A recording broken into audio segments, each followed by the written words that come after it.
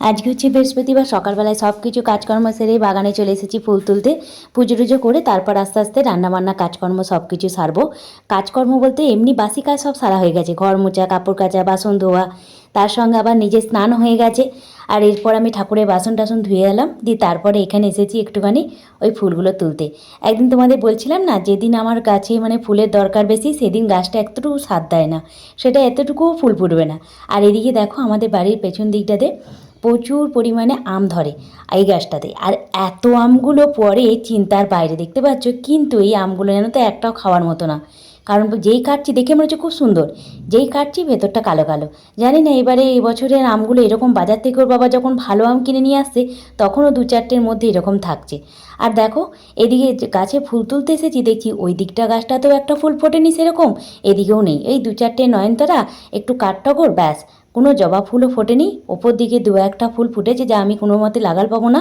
যেদিন মন যায় গাছগুলো সেদিন আমাকে গাছ ভর্তি ফুল দেয়, আর যেদিন মন যায় না সেদিন এতটুকু ফুল দেয় না।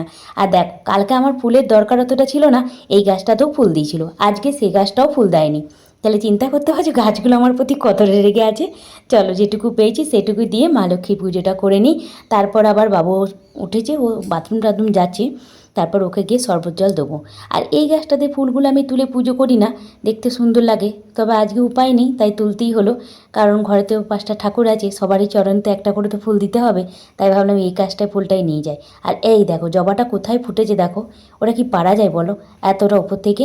চলো এবার পুজো টুজো কমপ্লিট করে নিই, তারপর আবার বাবুকে শরবত জল দেবো, এ করবো। ও বাথরুম গেছে, তারপর আজকে আবার বৃহস্পতিবার, সকালবেলায় টিউশনি নেই, শুক্রবার দিন আর সোমবার দিন সকালেই টিউশনি থাকে।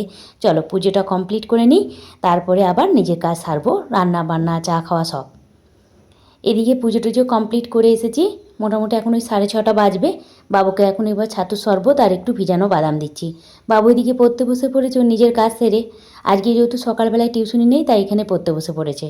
সকালবেলায় টিউশনিটা না থাকলে একটু ওর বাবার কাছে বসে অঙ্কটা করে, আর বাকি টাইমটা তো এমনি টিউশনি থাকলে সাবজেক্টের পড়া করে। আর দেখো এদিকে আমি একটুখানি চিয়া সিডের জলটা একটু মধু আর লেবু জল দিয়ে খেয়ে নিচ্ছি, কারণ এরপর আবার সেই সারাদিনের সেই রকম চলেই কাজকর্ম, বুঝতেই পারছো। আর দেখো সকালবেলাতেই এতটা মেঘ করে গেছে, সকাল থেকে আজকে মেঘ মেঘ, আবার এখন বাজছে মোটামুটি 11টা 5 এইরকম বাজবে, মানে 10 মিনিট ফার্স্ট আছে। খুব মেঘ করে গেছে, মনে হচ্ছে এই বৃষ্টি নামবে নামবে।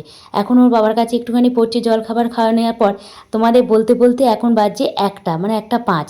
2 ঘন্টার মধ্যে বৃষ্টি নেমে গেছে, মুষলধারে বৃষ্টি হচ্ছে। আর দিকে আমি ভাত বাড়ার প্রস্তুতি নিচ্ছি।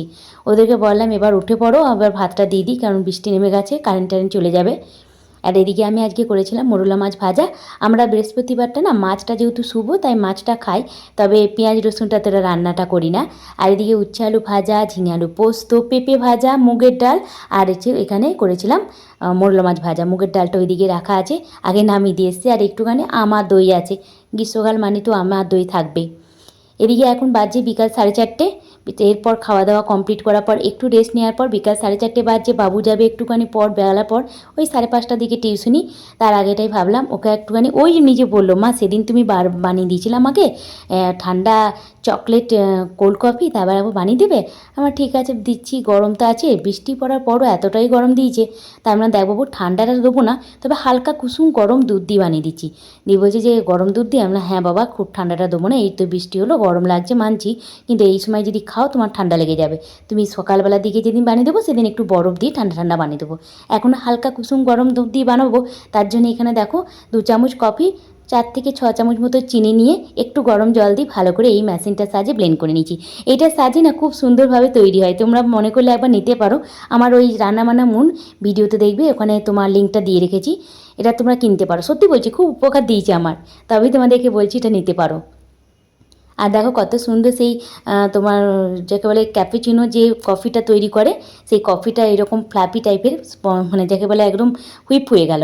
আগের দিন একটুখানি করে রেখে দিয়েছিলাম কৌটোর মধ্যে, সেটাতে 3 জনাকার হবে না, তার জন্য আবার আজকে একটুখানি করলাম, বেশি করে করলাম, কৌটোর মধ্যে রেখে দিলাম। ওকে বললাম যেদিন বাবু খেতে চাইবে সেদিন ফ্রিজ থেকে বার করে এনে দিতে পারবো। হালকা কুসুম গরম দুধ দিয়ে দিলাম, আর একটুখানি চকলেট সস, যেটা আমি বাড়িতেই বানিয়েছি।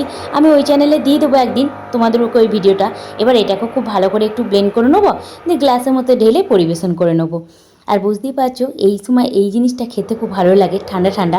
তবে বিকালের দিক বলে না আমি হালকা কুসুম গরম দুধটা ব্যবহার করেছি, কারণ খুব ঠান্ডাটা বাবু আর বাবুর বাবা খেতে পারে না। তবে গরমকালে খুব গরম যখন লাগে তখন বলে না একটু ঠান্ডা দাও, তখন দিই সকালবেলার দিকটা। তবে এই বিকালবেলার দিকটাতে দিই না।